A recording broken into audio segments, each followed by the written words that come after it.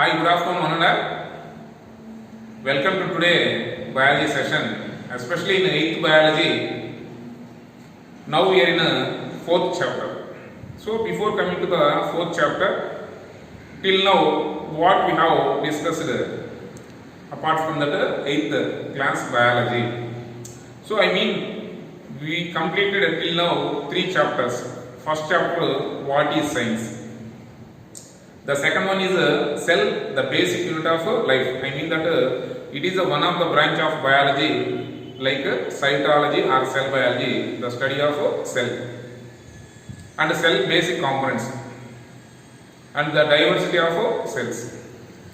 Next coming to the third chapter, story of microorganisms.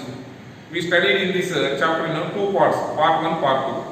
So part 1 obviously the groups of microorganisms like 5 major groups: bacteria, protozoa, algae, fungi, microarthropods and viruses. So next part 2 we learn about these microorganisms, how they are useful and harmful. So till now we studied about cytology, means cell biology, and microbiology. It is the applied branch of biology, is a life sciences pure branch, while coming to the microbiology is a applied sciences.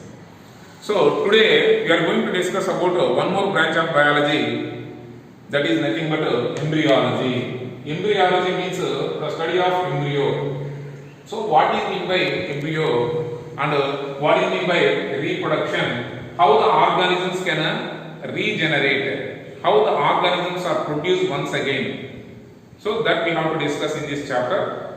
So today this introduction class I would like to give the introduce of these all the keywords and their meanings and what are the learning objectives of this chapter. I would like to introduce each one in a brief account, then we have to discuss in a detailed manner in the further videos.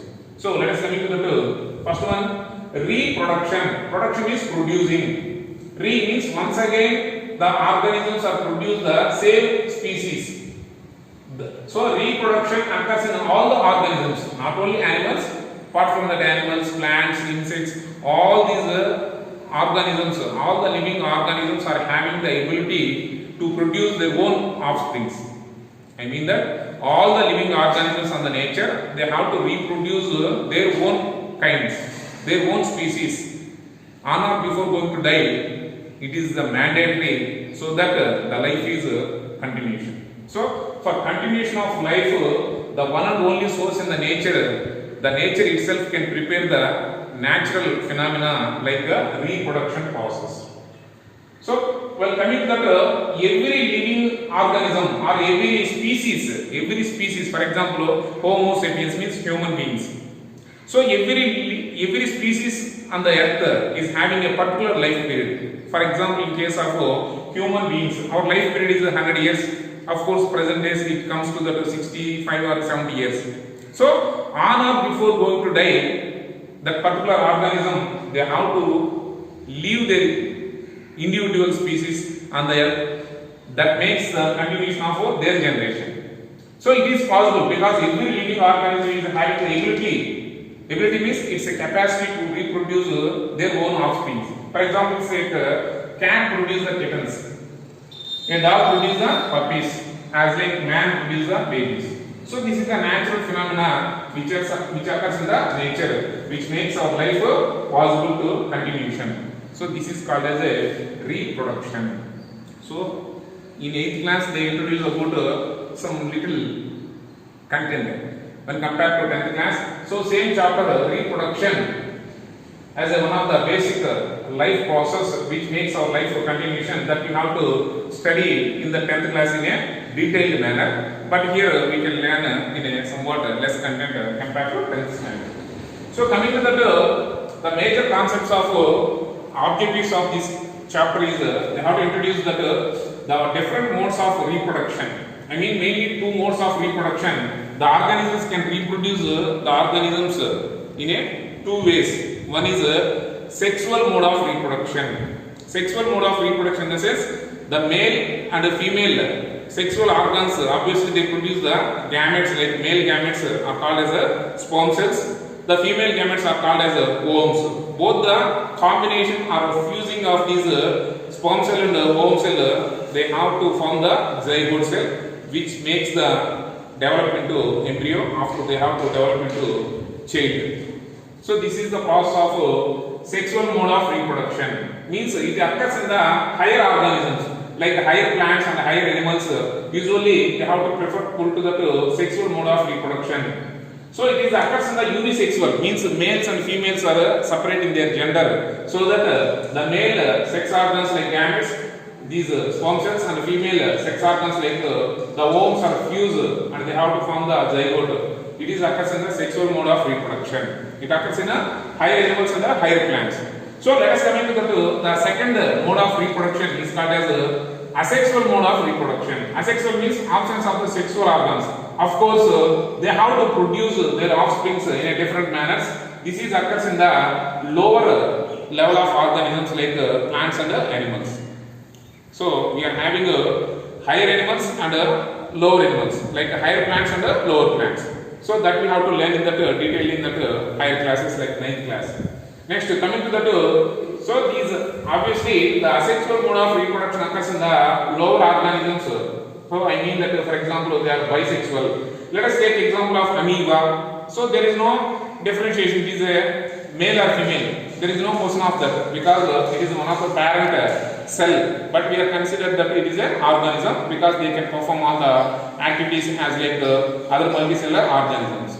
So let us come into the amoeba. Through binary fission, one parent amoeba gives rise to two daughter amoebas. Like that, one parent hydra gives to two daughter hydras. So here the organisms can follow the asexual mode of reproduction. Of course, it is animals, primary animals. Next, coming to the different modes of reproduction, the organisms produce the organisms in a different manner. Those are obviously two types. One is oviparous, second one is viviparous.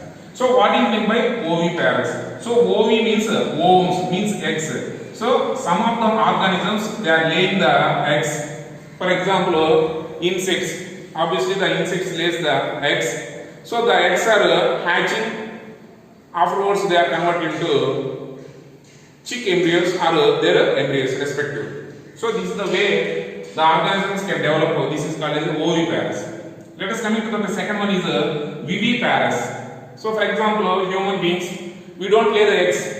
Instead of laying the eggs, directly we are giving the childbirth. So the second mode of reproduction is called as directly give the young ones by the childbirth. These are called as viviparous. So on what basis we have to identify these organisms are laying the eggs, these organisms use the childbirth directly. So coming to that, for example, external hairs and epidermal hairs on the skin. So based on these two characteristics, we can identify yes, we are viviparous.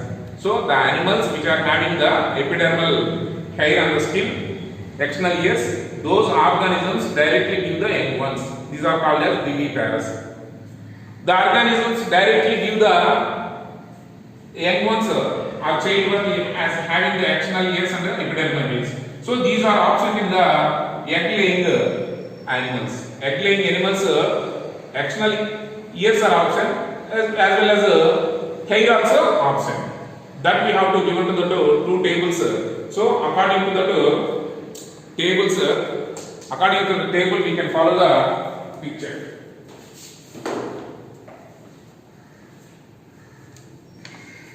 See, in textbook page number 54. So coming to the textbook page number 54, they are given to the some of the list of the organisms. So based on the external characters, for example, see animals that have external ears, animals that do not have the external ears. So you can find out these above the list and you have to fill this table. Let us take a home task or homework for this activity. Next one is name of the animals, presence of external ears, yes or no, presence of epidermal hairs on the skin or feathers on their wings. So you have to list out these two tables for their home task and you can identify that yes, these are the organisms are having the external ears, these are organisms are having the epidermal hairs on the skin. So based on that the features you can find out which are oviparous, which are viviparous. Afterwards you can learn that the definition for what is meant by oviparous and what is meant by viviparous. So this is the information. Next coming to that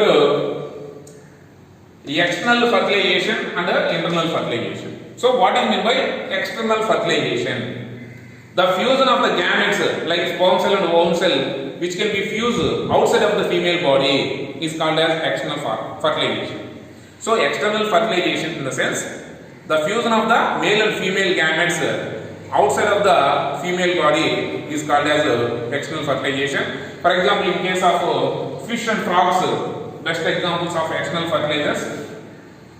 Coming to the internal fertilization, man, human beings and insects, they fuse these sperm cell and ovum cell inside of the female body is called as internal fertilization. So let us come to that observe the pictures and you can easily identify the external and internal fertilization. See, this is the structure of male reproductive system. Male reproductive system. This is the structure of sperm cell. Next, this is the structure of female reproductive system. This is the structure of ovumes. Human egg cell, female reproductive system. This is the sperm cell and male reproductive system. So, male reproductive system produce the sperms as the gametes, male gametes. Female reproductive system produce the ovumes as the female gametes. Both are fusion and forms the zygote. So, this zygote develops into childbirth. So, let us come into that. This is called as external fertilization. So, the male frog and female frog release respectively sperms and ovumes into the water. So, water itself, both the fusion of the male and female gametes occurs. I mean that outside of the female body, the fusion takes place. This is called as external fertilization. So, this is called as external fertilization. And internal fertilization is the fusion of the male and female gametes occurs in the female body is called as internal fertilization. Apart from that, we have to learn about in this chapter frog life cycle. So, entire the frog life cycle. Next, what is meant by IVF treatment? IVF means, for example, of course, every living organism is having the ability to reproduce their own offspring, but someone is having some abnormal problems in their reproductive tract, so that they are unable to produce the babies, so that they have to choice in case of test tube babies. So that is called as in vitro fertilization. Test tube babies is called as IVF or IVF. Next, cloning. Cloning means it is a copy of Xerox copy or same to the original. So that is called as a cloning. Actually, Ian Wilmette, one of the greatest scientists, he created the dolly in a cloning process. So this is called as a dolly in a cloning process. So this is called as a dolly, which was created by cloning process. So this is the topic which was given to the introduction part. So next video we are going to discuss about in a detailed manner. So this video, after observation these external characteristics of oviparous, viviparous and given the list out. So based on the characteristic features, you have to list out the tables. Tomorrow, while coming to the second video, we have to give the answers to the respectively these two tables and we have to continue the topic. Thank you children. Thank you very much.